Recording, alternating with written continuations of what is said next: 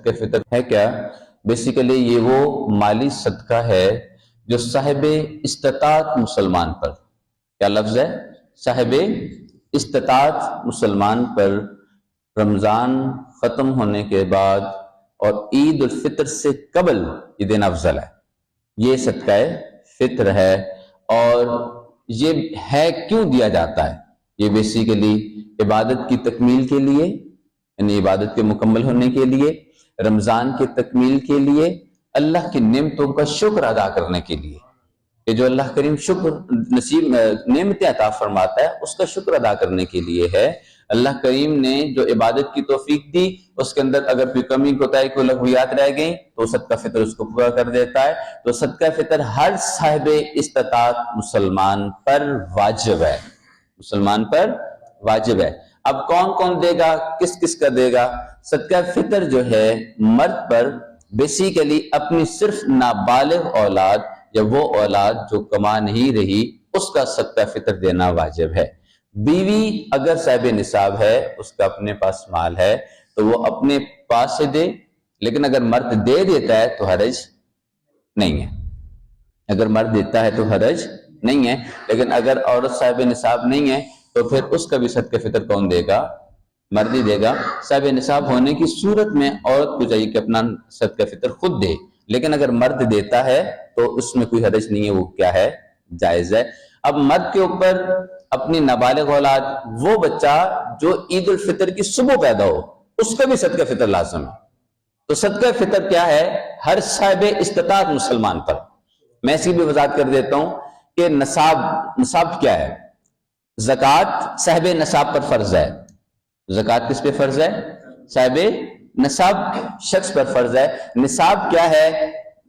52.5 تولے چاندی یا اس کی قیمت کے عوض اگر کسی کے پاس مال ہو اور اس پر سال گزرا ہو تو اس پر زکوٰۃ ہے، لیکن صدقہ فطر کے لیے پورے سال کا گزرنا ضروری نہیں ہے۔ حاجت اصلیہ کے علاوہ، حاجت اصلیہ یعنی کھانا پینا، گھر، رہائش، کپڑے، یہ ضروریات زندگی ہیں۔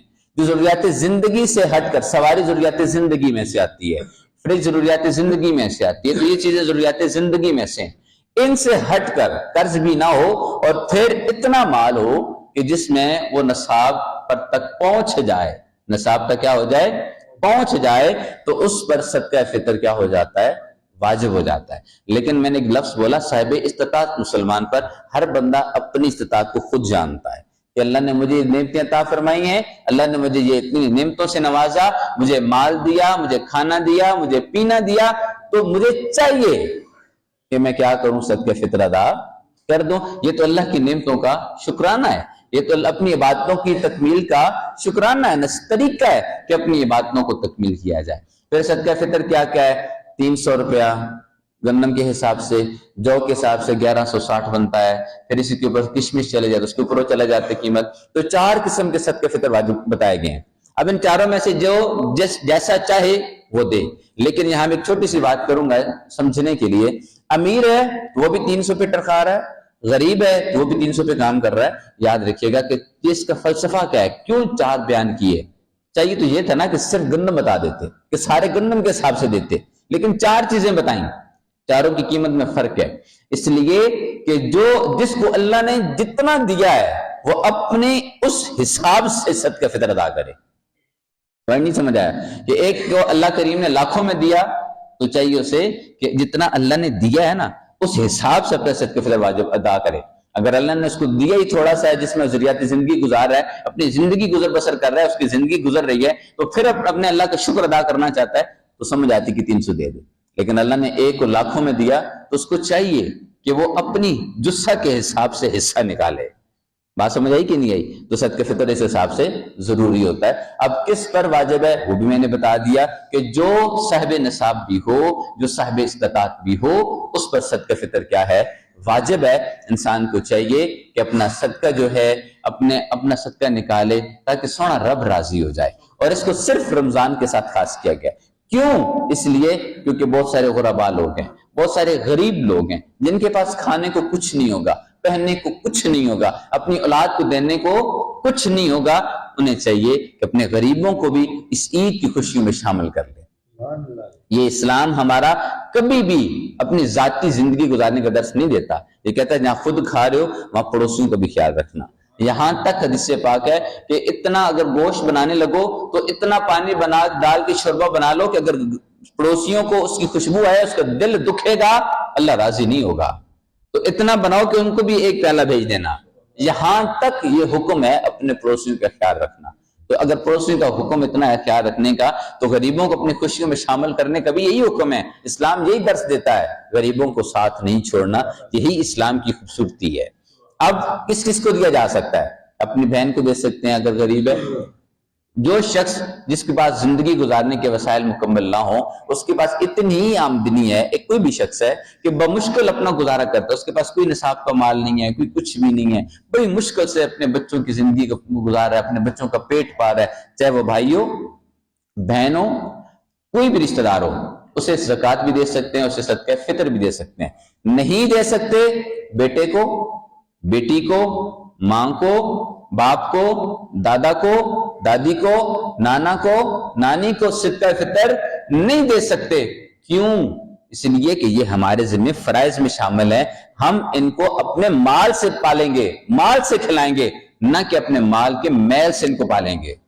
بات سمجھ آئی؟ تو یہ ہمارے اوپر یہ جو ہے, ہمارے ہاتھ بس ایک ہے نا کہ بس بیٹا فرض ہے, بیٹی فرض ہے, یہی ہمارے ذمہ فرض ہے. نہیں, ماں بھی ہمارے ذمہ فرض ہے, باپ بھی ہمارے ذمہ فرض ہے, دادا بھی ہمارے ذمہ فرض ہے, دادی بھی ہمارے ذمہ فرض ہے. یہ رشتے ہمارے ذمہ فرض ہیں, ہم ان کو بھول چکے.